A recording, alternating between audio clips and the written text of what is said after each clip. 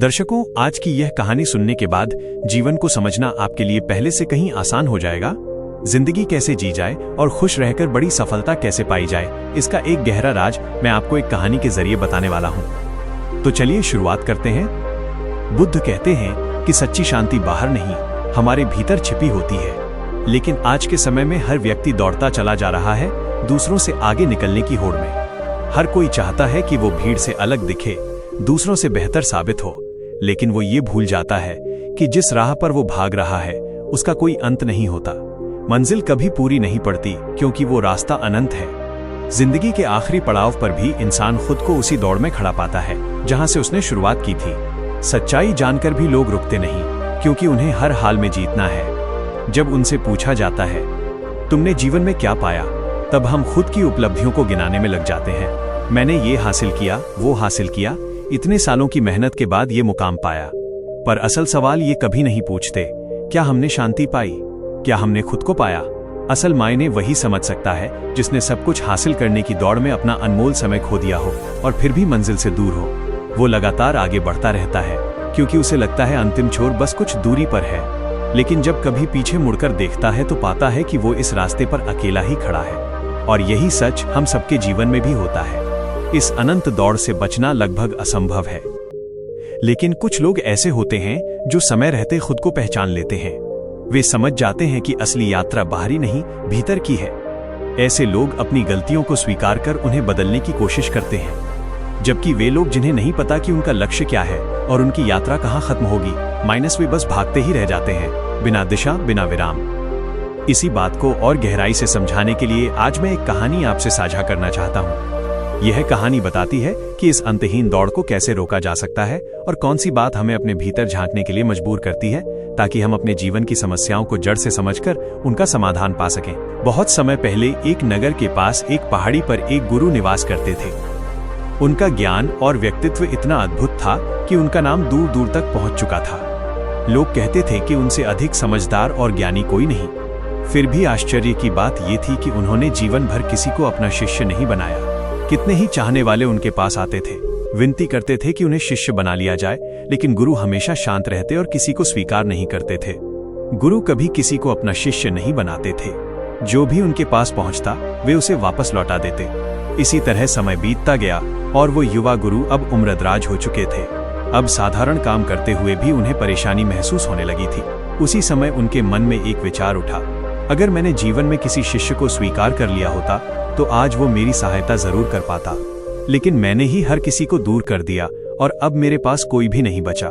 आज हालत ये थी कि अब कोई भी उनसे ये कहने नहीं आता कि हे गुरुदेव, मुझे अपना शिष्य बना लीजिए, क्योंकि सभी के मन में ये धारणा बन चुकी थी कि वो गुरु सनकी है, सबको भगाता है, कभी किसी को अपने पास रहने नहीं देता। इसलिए अब कोई भी शिष्य बनने की इच्छा लेकर उनके पास नहीं आता था। इसी बीच एक दिन एक युवक अपना झोला लेकर पहाड़ पर स्थित उस आश्रम में पहुंचा। उसने गुरु को प्रणाम किया और विनम्रता से बोला, हे गुरुवर, मैंने आपके ज्ञान के बारे में बहुत कुछ सुना है। कहा जाता है आपकी बुद्धि अतुलनीय है, लेकिन आप किसी को अपना शिष्य नहीं बनाते। फिर भी मैं आज पूरे विश्वास के साथ आपके पास आया हूँ। कृपया मुझे अपना शिष्य स्वीकार करें। आप जैसा आदेश देंगे मैं वैसा ही करूँगा। मुझे केवल आपसे ही सीखना है। आपका ज्ञान ही मेरे लिए मार्गदर्शन है। जब मैं यहाँ आने के लिए निकला था तो हर व्यक्ति ने मुझे रोकने की कोशिश की। सभी कहते थे कि आप पागल हैं और किसी को स्वीकार नहीं करते। लेकिन फिर भी मैं यहाँ आया हूँ क्योंकि मुझे यकीन है कि यदि कोई मुझे सच्चा ज्ञान दे सकता है तो वो केवल आप हैं।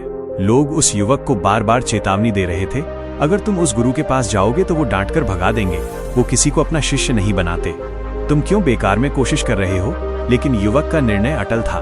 वो बोला, चाहे कोई कुछ भी कहे, मुझे शिष्य बनना है तो केवल उनका, मैं उनकी शरण में ही जाऊंगा। और फिर वो गुरुदेव के सामने खड़ा होकर विनती करने लगा, कृपया मुझे अपना शिष्य बना लीजिए। मैं आपको निराश नहीं करूंगा। मैं पूरी निष्ठा से आपकी सेवा भी करूंगा और आपका ज्ञान भी ग्रहण करूंगा। आज मैं बहुत आशा लेकर आपके पास आया हूँ, मुझे इनकार मत कीजिए।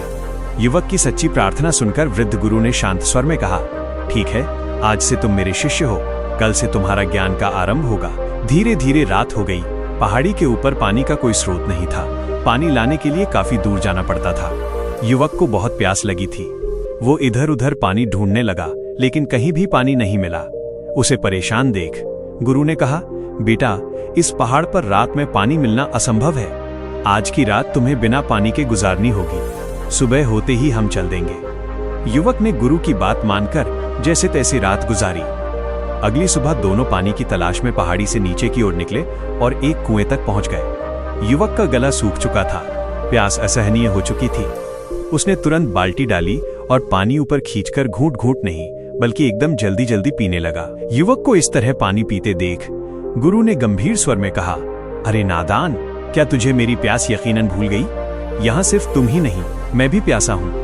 गुरु की बात सुनकर शिष्य को अपनी गलती का एहसास हुआ।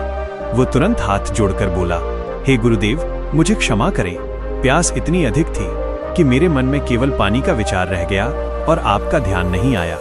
मैं खुद पहले पी गया, ये मेरी भूल थी। आप यहीं रुकिए, मैं अभी आपके लिए पानी लाता हूँ। इतना कहकर वो फिर कुएं से पानी खींचकर लाया और बड़े आदर के साथ गुरु को पिलाया। इसके बाद शिष्य ने याद दिलाया, हे गुरुवर, आपने कहा था कि आप आज से मुझे ज्ञान देना शुरू करेंगे। मुझे सीखने की प्रतीक्षा है। गुरु ने शांत स्वर में उत्तर दिया, हाँ, मैंने कहा था और मुझे स्मरण है। फिर गुरु बोले, एक बार फिर इस कुएं से पानी निकालो। शिष्य ने बिना सवाल किए गुरु की आज्ञा मानी और फिर से पानी ऊपर खींच लिया। अब गुरु मुस्कुराए और बोले, अब ये बताओ, ये पानी और वो पानी जो तुमने पहले पिया था, दोनों में क्या अंतर है? शिष्य ने पानी को हाथ में लिया और ध्यान से देखने लगा, लेकिन उसे कोई अंतर समझ नहीं आया। वो बोला, गुरुवर, मैं कुछ समझ नहीं पा रहा हूँ। ये पानी और पहले वाला पानी दोनों एक जैसे ही दिख रहे हैं। फर्क बताने के लिए तो दोनों पानी को एक दूसरे के पास होना चाहिए, लेकिन पहले वाला पानी तो मैं पी चुका हूँ। अब मैं कैसे बता दूं कि उनमें क्या अंतर था? गुरुजी, कहीं आप मुझे मूर्ख तो नहीं बना रहे? पानी तो पानी ही होता है, भला इसमें कैसा भेद? गुरु ने शिष्य को ध्यान से देखा और शांत स्वर में बोले, भंते, जब मनुष्य के भीतर किसी चीज की अत्यधिक लालसा या गहरी प्यास पैदा होती है, तब उसकी पूरी सोच, पूरी ऊर्जा और पूरी चेतना केवल उसी दिशा में केंद्रित हो जाती है। उस समय उसकी नजर केवल उसी वस्तु पर होती है जो उसकी प्यास बुझा सकती है। उसके आसपास बहुत कुछ मौजूद होता है, लेकिन उसकी नजर वहां नहीं जाती। गुरु आगे बोले, जब तुम रात भर प्यास से तड़प रहे थे और आज सुबह कुएं पर पहुंचे, तो तुमने क्षण भर भी नहीं सोचा कि तुम्हारे साथ तुम्हारा गुरु भी खड़ा है और उसे भी उतनी ही प्यास लगी है। तुम्हारी नजर में सिर्फ पानी था, सिर्फ अपनी प्यास थी, बाकी सब गायब हो गया, मैं भी। अब देखो, इस समय तुम्हारे हाथ में पानी है और आसपास भी सब कुछ वही है, लेकिन ये पानी तुम्हें वैसा महसूस नहीं होता। इसका रंग वही है, स्वाद वही है, वही कुआं, वही बाल्टी, फिर भी तुम्हारी लगन पहले जैसी नहीं है, क्योंकि अब तुम्हारे भीतर प्यास की तीव्रता नहीं है। यदि अभी तुम्हें उतनी ही प्यास लगी होती जितनी पहले थी, तो तुम इस पानी को बिना रुके झट से पी जाते, लेकिन अब तुम्हें इसे रखना है या फेंक देना है, दोनों बराबर लग रहे हैं। गुरु ने समझाते हुए कहा, कुएं के सारे पानी एक जैसे ही हैं, न रूप में कोई फर्क, न स्वाद में, लेकिन तुम्हारी दृष्टि में अंतर इसलिए दिखा क्योंकि तुम्हारी मनःस्थिति बदल गई। बाहर की दुनिया वैसी ही रहती है, परिवर्तन केवल मन के भीतर होता है। जब भीतर प्यास होती है तो वही पानी सबसे मूल्यवान लगता है, और जब भीतर तृप्ति होती है तो वही पानी साधारण प्रतीत होता है। शिष्य के मन में बहुत आनंद था। उसे लगा कि आज उसे सच में गुरु की शिक्षा मिल गई है। आश्रम से निकलते समय वो अपने साथ जो छोटी पोटली लाया था, उसमें उसकी लेखनी और कागज थे। उसने तुरंत पोटली खोली, लेखनी निकाली और अभी अभी गुरु द्वारा कही गई बातों को लिखने लगा। ये देखकर गुरु ने पूछा, भंते, ये तुम क्या कर रहे हो? शिष्य ने आदर पूर्वक उत्तर दिया, हे गुरुवर, मैं आपकी एक भी बात भूलना नहीं चाहता। आप जो सिखा रहे हैं वो मेरे लिए अनमोल है। मैं इसे लिख लेता हूँ ताकि बाद में इसे याद कर सकूं, अपने जीवन में उतार सकूं। तभी तो मैं बुद्धिमान बन पाऊंगा, तभी तो मैं आगे चलकर दूसरों को ज्ञान दे सकूंगा। अगर मैं आपकी बातों को भूल गया और जीवन में लागू ही नहीं किया तो यहाँ आना व्यर्थ होगा। गुरु ने उसकी सारी बातें शांति से सुनी और फिर बोले, तुम्हारी नीयत अच्छी है, ये देखकर खुशी हुई, लेकिन समय निकल रहा है, अब चलो आश्रम वापस चलें। हमें आज भिक्षा के लिए भी निकलना है। दोनों आश्रम की ओर चल पड़े और रास्ते में भिक्षा भी एकत्रित कर ली। आश्रम पहुंचकर दोनों ने भोजन किया और रात विश्राम में बीत गई। अगली सुबह सूर्योदय होते ही गुरु ने शिष्य को उठाकर कहा, चलो, आज हमें फिर उसी कुएं पर जाना है। बिना सवाल किए शिष्य गुरु के साथ चल पड़ा। कुछ समय बाद वे फिर कुएं के पास पहुंचे और तब गुरु ने कहा, भंते, पानी। कुएं के पास पहुंचकर गुरु ने शिष्य से कहा, भंते, जैसे कल तुमने पानी पिया था वैसे ही आज भी थोड़ा पानी निकालो। शिष्य ने बाल्टी डाली और पानी ऊपर खींच लिया।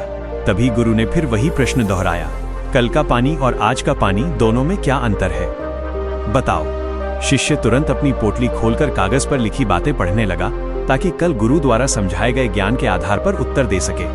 वो पढ़ ही रहा था कि गुरु ने ऊंची आवाज में कहा, मूर्ख, ये क्या कर रहे हो? शिष्य घबराकर बोला, हे गुरुवर, मैं तो कल आपने जो कहा था वही शब्द दोहरा रहा हूं ताकि आपके सवाल का उत्तर दे सकूं।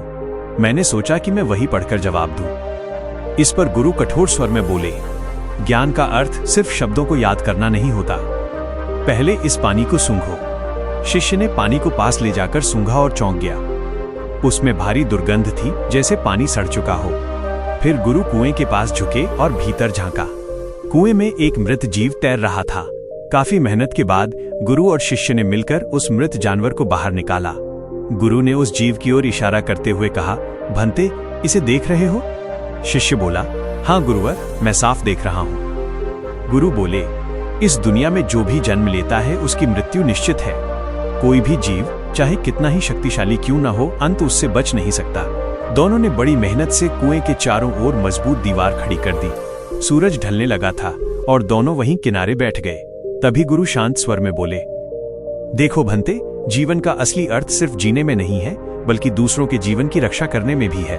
हम चाहे मर जाएं या जिंदा रहें, लेकिन हमारे कारण किसी और की जान बचे, यही असली पुण्य है। शिष्य ध्यान से सुन रहा था।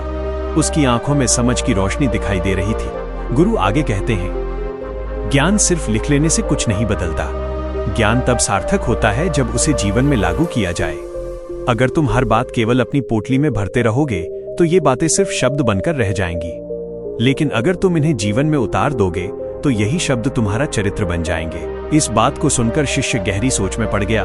उसने पोटली बंद की और कहा, गुरुवर, आज मुझे समझ आया कि सिर्फ ज्ञान इकट्ठा करने से नहीं, उसे उपयोग में लाने से परिवर्तन आता है। गुरु मुस्कुराते हुए बोले, ज्ञान वही सच्चा है जो किसी के काम आए, चाहे वो किसी की सोच बदल दे, चाहे किसी का जीवन बचा दे, या फिर किसी के लिए एक दुख कम कर दे।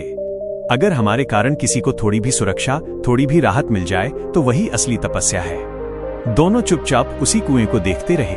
हवा धीरे धीरे बह रही थी। दीवार अब मजबूती से खड़ी थी और उस कुएं से कोई खतरा नहीं रहा। शिष्य ने मन ही मन सोचा, मृत्यु निश्चित है, लेकिन जीवन का मूल्य इस बात से तय होता है कि हम किसी के लिए कितना उपयोगी बन पाए। गुरु ने शिष्य के कंधे पर हाथ रखा और कहा, चलो भंते, आज का पाठ पूरा हुआ।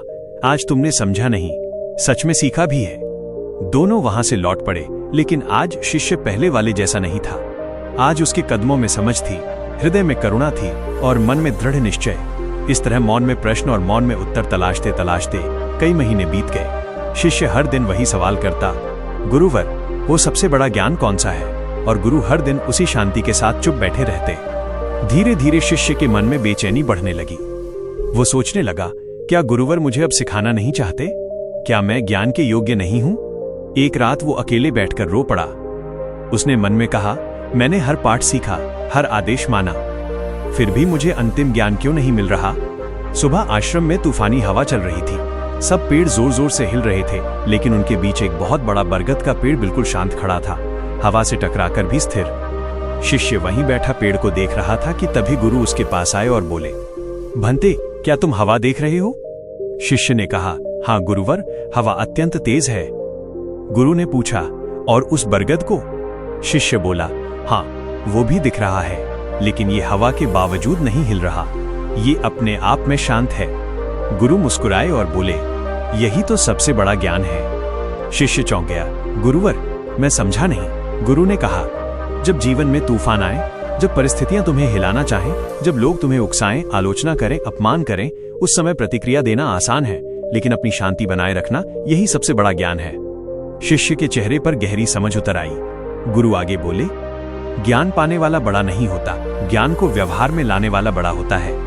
पाठ याद कर लेना बुद्धिमानी नहीं, अनुभव बन जाना ही सच्चा विवेक है। शिष्य की आंखें नम हो गईं। उसने धीरे से कहा, तो गुरुदेव, मौन उत्तर नहीं था, मौन स्वयं ज्ञान था। गुरु ने सिर हिलाया, हाँ भंते, शब्द समझ दे सकते हैं, पर मौन समझ पैदा करता है। इसलिए मैंने कुछ नहीं कहा। अगर मैं कह देता तो ये सिर्फ सूचना होती, लेकिन जब तुमने प्रतीक्षा की, सहा, सोचा, टूटे और फिर संभले, तभी ये ज्ञान तुम्हारे अंदर उतर गया। शिष्य ने अपनी लेखनी धीरे से जमीन पर रख दी और पहली बार बिना कुछ लिखे बस अपने गुरु के चरणों में झुक गया। उसने समझ लिया था, ज्ञान इकट्ठा करने से बड़ा है ज्ञान बन जाना। उस दिन के बाद उसने कभी गुरु से सबसे बड़े ज्ञान के बारे में नहीं पूछा, क्योंकि वो उसी दिन उसके भीतर जन्म ले चुका था। अचानक उसे कदमों की हल्की आहट सुनाई पड़ी। उसने पीछे मुड़कर देखा। उसके गुरुवर उसके ठीक पीछे खड़े थे, लेकिन इस बार गुरु के चेहरे पर कोई गंभीरता नहीं थी। उनके शांत चेहरे पर एक अद्भुत मुस्कान थी। गुरु ने धीरे से पूछा, भंते, आज तुम यहाँ अकेले क्या कर रहे हो? शिष्य तुरंत हाथ जोड़कर बोला, गुरुदेव, आज नींद नहीं आ रही थी, मन में बहुत हलचल थी। क्यों मुझे वो सबसे बड़ा ज्ञान नहीं मिल रहा? क्यों मैं समझ नहीं पा रहा? लेकिन अभी यहाँ बैठकर जैसे कुछ अंदर बदल गया है। मुझे पहली बार अपने मन की आवाज सुनाई दी। गुरु ने पास बैठते हुए कहा, तो बताओ आज क्या सुना तुमने? शिष्य ने आंखें बंद करते हुए मुस्कुराकर कहा, पहले मुझे सिर्फ अपने सवाल सुनाई दे रहे थे, लेकिन आज मैंने हवा को सुना, पत्तों को सुना, रात के सन्नाटे को सुना और पहली बार मैं खुद को सुन पाया। गुरु ने कहा, यही तो वो ज्ञान है जिसे तुम शब्दों में ढूंढ रहे थे, और यह शब्दों से कभी नहीं मिलता। शिष्य ने आश्चर्य से पूछा, तो क्या आप मुझे वही सिखाना चाह रहे थे? गुरु ने उत्तर दिया, हाँ भंते, ज्ञान किताबों में लिखा नहीं मिलता और न ही भाषणों में बांटा जाता है। ज्ञान तभी जन्म लेता है जब मन शांत होता है। जिस दिन मन बिल्कुल मौन हो जाता है, उस दिन सत्य खुद प्रकट होता है। शिष्य की आंखों से आंसू बहने लगे। उसने कहा, गुरुदेव, इतने दिनों तक मैं बस लिखता ही रहा, लेकिन आज पहली बार समझा हूं। गुरु मुस्कुराए और बोले, यही कारण था कि मैं मौन रहता था। अगर मैंने बोल दिया होता तो तुम शब्द सीख लेते, पर सत्य नहीं। फिर गुरु ने शिष्य के कंधे पर हाथ रखा और कहा, जो समझ तुम आज भीतर महसूस कर रहे हो वही सबसे बड़ा ज्ञान है। और जब तुम्हारे मन में ये सत्य पक्का हो जाए तब उसे फैलाना, शब्दों से नहीं, अपने आचरण से। शिष्य ने अपनी लेखनी को देखा और फिर उसे श्रद्धा से अपने पास रख लिया, इस समझ के साथ कि ज्ञान लिखने की वस्तु नहीं, जीने की वस्तु है। उस रात के बाद पहली बार शिष्य बिना जवाब खोजे चैन से सो गया, क्योंकि उत्तर मिल चुका था। बिना बोले, बिना बताए, मौन के भीतर। अपने गुरु के चरणों में पुस्तक रखते समय शिष्य के हृदय में अद्भुत शांति थी। अब वो जान चुका था कि ज्ञान शब्दों से नहीं, अनुभव से जन्म लेता है। इसके बाद शिष्य ने कभी कुछ लिखने की कोशिश नहीं की, क्योंकि अब वो समझ चुका था कि जो बात भीतर उतर चुकी हो उसे याद रखने के लिए पुस्तक की आवश्यकता नहीं पड़ती। वो हर बात को अब अपने जीवन में ढालकर सीखने लगा। हर घटना में ज्ञान, हर अनुभव में सीख उसे चारों ओर दिखाई देने लगा। जो पहले वो गुरु से सुनना चाहता था, अब वही वो खुद अपने भीतर महसूस करने लगा। धीरे धीरे उसका जीवन बदलने लगा। वो कम बोलने लगा, पर उसकी उपस्थिति प्रभावशाली हो गई। उसका चेहरा शांत था, बोलना कम था, लेकिन उसे देखने वाले हर व्यक्ति के मन में एक अनोखी शांति उतर जाती थी। लोग उसे घेर कर सवाल पूछते, तुम इतने शांत कैसे हो गए? तुम्हें ये ज्ञान कहाँ से मिला? और वो शिष्य केवल मुस्कुराकर जवाब देता, जब भीतर मौन आ जाए तब जीवन ही गुरु बन जाता है। उस दिन उसे समझ आया, गुरु सबसे बड़ा ज्ञान कभी बोलकर नहीं देते, वे केवल मार्ग दिखाते हैं। ज्ञान तो तब जन्म लेता है जब मन शांत हो जाए और हृदय खुल जाए। उस दिन से वो शिष्य हर सुबह उसी स्थान पर बैठता जहां उसने मौन को पहली बार महसूस किया था, बिना किसी प्रश्न के, बिना किसी इच्छा के, बस स्वयं को महसूस करते हुए। वो अब सीखने नहीं, बल्कि देखने, समझने और जीने लगा। और कालांतर में वही शिष्य एक महान गुरु के रूप में जाना गया, लेकिन उसकी वाणी में हमेशा एक ही संदेश रहता, सबसे बड़ा ज्ञान मौन नहीं है। सबसे बड़ा ज्ञान मौन के भीतर स्वयं को पहचान लेना है। उस शिष्य ने जिस दिन मौन को महसूस किया, उसी दिन उसके जीवन की दिशा बदल गई। धीरे धीरे उसने समझ लिया कि सच्चा ज्ञान शब्दों में नहीं, अनुभव में छिपा होता है। दोस्तों, हम सब भी अपने जीवन में जन्म से लेकर अंतिम सांस तक कुछ न कुछ जोड़ते ही रहते हैं। कभी धन, कभी वस्तुएं, कभी संबंध, कभी दौलत, कभी शोहरत। और ये कभी खत्म नहीं होता। जो मिल गया है उससे संतोष नहीं होता, और जो नहीं मिला है उसकी दौड़ हमें कभी रुकने नहीं देती। इसी कारण मन हमेशा बेचैन रहता है, अंदर एक हलचल बनी रहती है, और हम एक लक्ष्य को पूरा करने से पहले दूसरे लक्ष्य की दौड़ में लग जाते हैं। एक काम पूरा नहीं होता कि दूसरा खत्म नहीं होता कि तीसरा, तीसरे से चौथा, और देखते ही देखते पूरा जीवन बीत जाता है, लेकिन भीतर शांति का एक पल भी नहीं मिल पाता। हम पूरी उम्र भागते रहते हैं, लेकिन अपने मन को एक क्षण भी शांत नहीं होने देते। यही कारण है कि सब कुछ हासिल करने के बाद भी हमें लगता है कि हमने कुछ भी हासिल नहीं किया। दोस्तों, अगर आप भी जीवन की इस अनंत दौड़ में थक चुके हैं, टूट चुके हैं, तो बस एक बार अपने मन को मौन में रहने दीजिए। मौन कोई कमजोरी नहीं, मौन भीतर की शक्ति को जागृत करने का माध्यम है। जब हम शांत होते हैं तभी हम खुद को सुन पाते हैं, तभी हमें पता चलता है कि हम वास्तव में क्या चाहते हैं और कहां जाना है। हम में से कुछ लोग मौन का व्रत रखते हैं, पर मौन केवल होठों का नहीं होता, मौन मन का होना चाहिए। क्योंकि यदि बाहर चुप हो जाएं पर भीतर शोर चलता रहे तो वो मौन नहीं, केवल अभिनय है। इसलिए जीवन में बस थोड़ा ठहरें, थोड़ा रुकें, थोड़ा सांस लें और अपने भीतर झांकें। आप पाएंगे कि जिस शांति को दुनिया में ढूंढते रहे वो हमेशा से आपके भीतर ही थी। हम जीवन में इसलिए शांति नहीं पा पाते क्योंकि हम लगातार और अधिक पाने की दौड़ में लगे रहते हैं। इच्छाएं खत्म ही नहीं होती और इच्छा जितनी बढ़ती है मन उतना ही बेचैन हो जाता है। यही कारण है कि पूरी जिंदगी दौड़ते दौड़ते निकल जाती है लेकिन मन चैन की सांस नहीं ले पाता। अब कई लोगों के मन में सवाल उठता है, मौन कैसे प्राप्त करें, कैसे अपने भीतर की ओर जाया जाए, कैसे मन को शांत किया जाए। इसका उपाय बहुत सरल है, ध्यान। ध्यान का मतलब है खुद को, अपने विचारों को, अपनी दिनचर्या को ध्यानपूर्वक देखना। जरा गौर करो, दिन भर तुम क्या सोचते हो, किस काम में कितनी ऊर्जा और कितना समय देते हो।